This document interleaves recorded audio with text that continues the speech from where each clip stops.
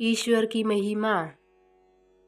एक सेठ जी बड़े कंजूस थे। एक दिन उन्होंने दुकान पर बेटे को बिठा दिया और बोले कि बिना पैसे लिए किसी को कुछ मत देना, मैं अभी आया। अचानक से एक संत आए जो अलग अलग जगह से एक समय की भोजन सामग्री लेते थे। लड़के से कहा, बेटा जरा नमक दे दो। लड़के ने संत को डिब्बा खोलकर 1 चम्मच नमक दे दिया। सेठ जी आए तो देखा कि डिब्बा खुला पड़ा था। सेठ जी ने कहा कि क्या बेचा? बेटा बोला, एक संत जो तालाब पर रहते हैं उनको 1 चम्मच नमक दिया था। सेठ का माथा ठनका। वो बोले, अरे मूर्ख, इसमें तो जहरीला पदार्थ है। सेठ जी के होश उड़ गए। वो रात भर वहीं बैठे रहे। सेठ को रह रह कर ये चिंता सता रही थी कि अगर संत को कुछ हो गया तो बड़ी बदनामी होगी। रात में अगर तबीयत बिगड़ी तो कम से कम वैद्य को दिखा देंगे। सोचते सोचते उसे नींद आ गई। सुबह रोज की तरह संत जल्दी उठ गए और नदी में स्नान करने लगे। सेठ जी ने कहा, महाराज तबीयत तो ठीक है? संत बोले, भगवान की कृपा है। इसके बाद वे पूजा के लिए मंदिर चले गए। जैसे ही संत ने मंदिर का द्वार खोला तो देखा कि भगवान के श्री विग्रह के 2 भाग हो गए और शरीर काला पड़ गया है।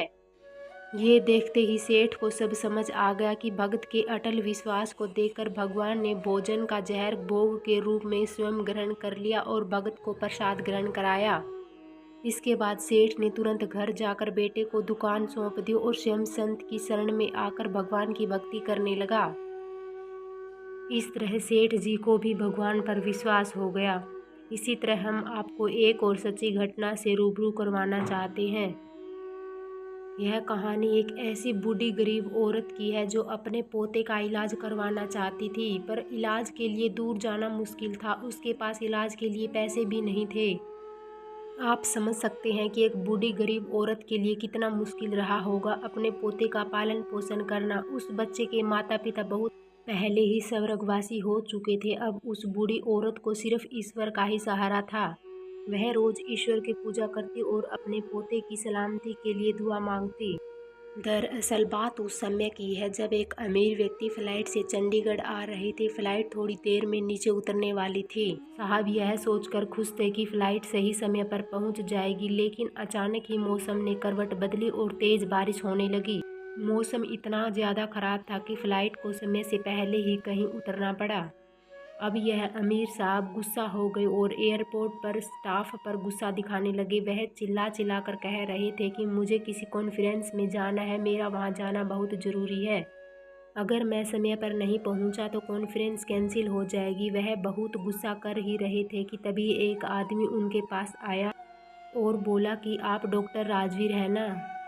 आपको जिस कॉन्फ्रेंस में जाना था मुझे भी वहीं जाना था। मैंने आपको पहचान लिया है। अगर आपको जाने की बहुत जल्दी है तो आप एयरपोर्ट से बाहर निकल कर एक टैक्सी कर लीजिए। जहां आपको जाना है वह जगह यहाँ से 3 घंटे की दूरी पर ही है।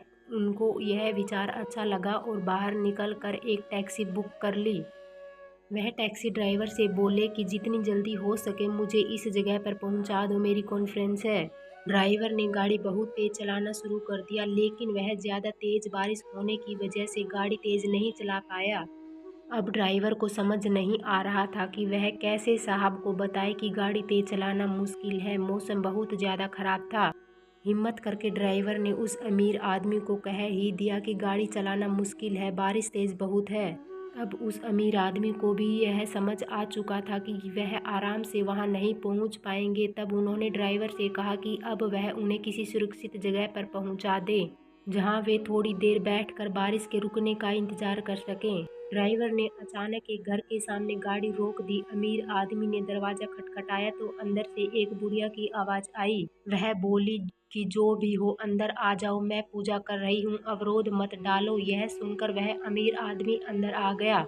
उसने देखा कि एक छोटा बच्चा बिस्तर पर लेटा हुआ था और एक बूढ़ी औरत पूजा कर रही थी। जब बूढ़ी औरत की पूजा खत्म हो गई तब वह आई और बोली कि बारिश से बचने के लिए आए हो, बैठ जाओ, कहो तो चाय बना दूं। वह आदमी बोला कि आपने मुझसे चाय के लिए पूछा, इसके लिए धन्यवाद, वरना कोई किसी अजनबी से इतना कहाँ पूछता है।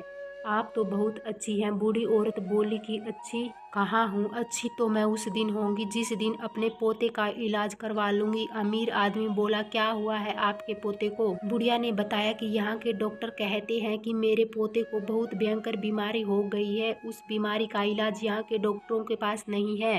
इसकी बीमारी का इलाज केवल चंडीगढ़ में कोई डॉक्टर राजवीर है, वही कर सकते हैं।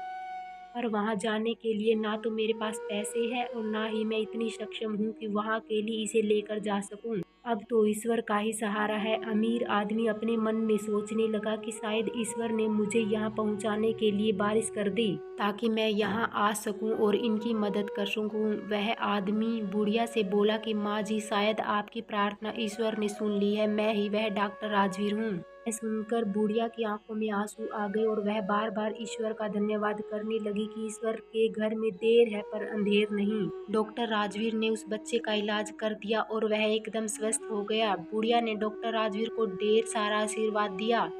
देखा आपने, ईश्वर पर विश्वास की कहानी। बूढ़ी औरत डॉक्टर के पास नहीं जा सकती थी पर ईश्वर ने डॉक्टर को ही उसके पास भेज दिया। इसे कहते हैं ईश्वर की महिमा।